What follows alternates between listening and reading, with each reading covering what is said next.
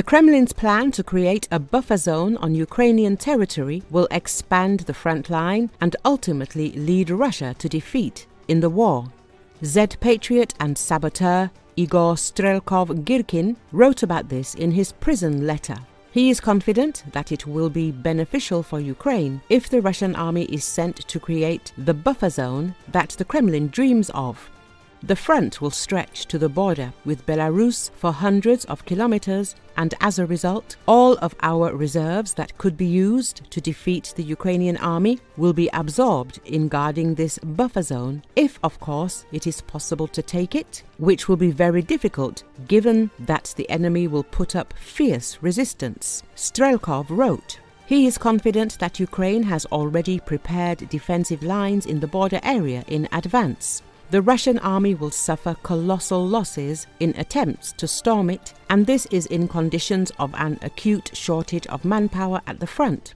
Strelkov emphasized that attempts to advance in the Sumy region will only lead to losses. No benefits are expected. Strikes on Russian territory will continue since drones are not launched from the border area. It should be noted that when Russian dictator Vladimir Putin first hinted at creating a buffer zone, it resulted in him losing control over a significant part of the Kursk region. Ukrainian defense forces held a bridgehead on Russian territory for more than 6 months, and Moscow needed help from North Korean soldiers to push Ukrainian forces back across the border. Before this, the dictator claimed that the Russian army had allegedly driven Ukrainian troops out of the Kursk region, but the General Staff of the Armed Forces of Ukraine denied these statements, noting that the operation of the defense forces on the territory of the aggressor country was continuing. In addition, there were reports of operations by the Ukrainian army on the territory of the Belgorod region. Ukraine has responded to Putin's order to create a buffer zone along the border. The head of the Center for Personal Data at the National Security and Defense Council, Alexander Kovalenko, stated that the latest statement by Kremlin dictator Vladimir Putin about the decision to create a so-called buffer zone along the border with Ukraine is a demonstration of the Russian regime's unwillingness to cease fire. He recalled that the Russian dictator has been threatening buffer zones on the border with Ukraine for several years now. The previous times he failed to implement his threats, despite his loud statements. Now he is simply showing that he does not want to cease fire, Kovalenko wrote.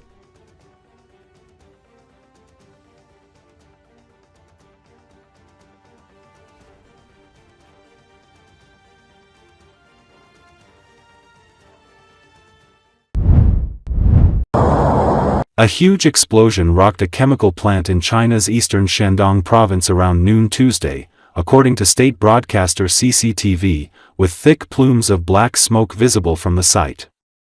According to Associated Press, the blast was powerful enough to knock out the windows at a storage warehouse more than 2 miles away from the factory, according to a video shared by a local resident, who declined to give his name out of concern for retaliation. His home shook from the blast, he said. As he went to the window to see what was wrong, he saw a tall column of smoke from the site, more than 7 kilometers away. The explosion happened at the Gaomi Yudao Chemical Company, which is located in an industrial park in the city of Weifang. It manufactures pesticides as well as chemicals for medical use, and has more than 500 employees according to corporate registration records.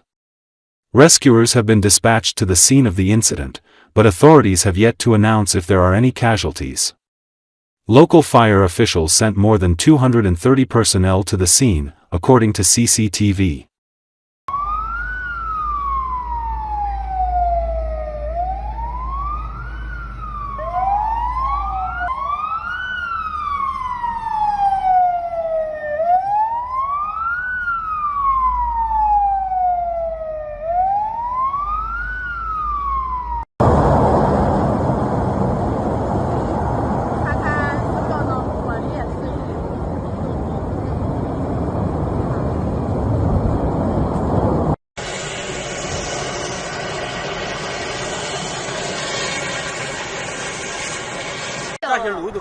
哎，我操！哎呦，我那嘎一个车撞进来了！哎，我操，他一！哎呀，我操！哎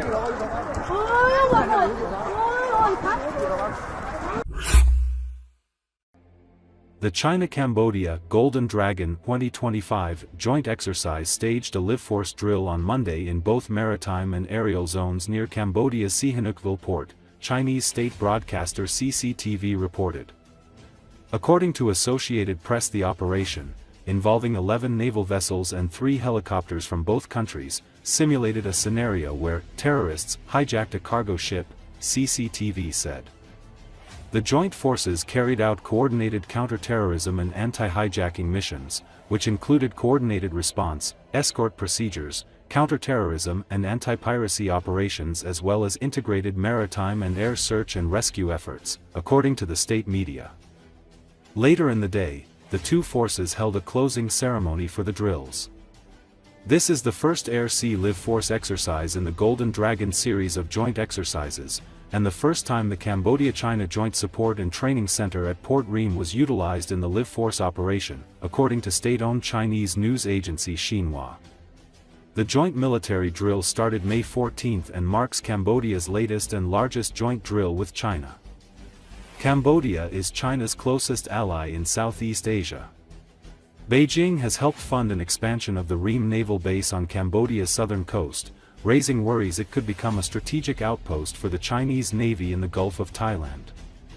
Cambodia has repeatedly denied any agreement granting China special privileges or the establishment of a foreign military base.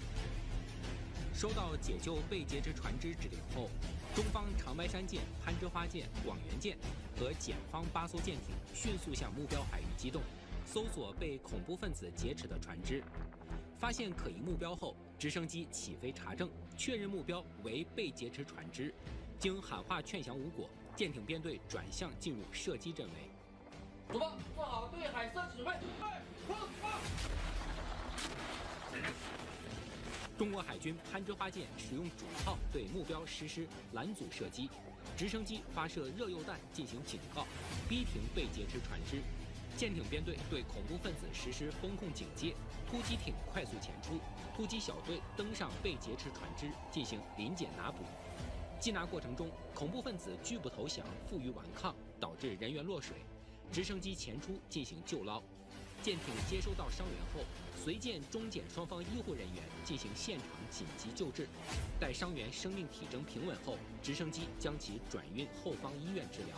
互相交流学习，共同提高，期待组织更大规模的两国海空军联演。空联合实兵演练是首次依托中检云壤港联合保障和训练中心组织实兵演练。实兵演练聚焦海上联合反恐反劫持行动，重点演练联合响应伴随。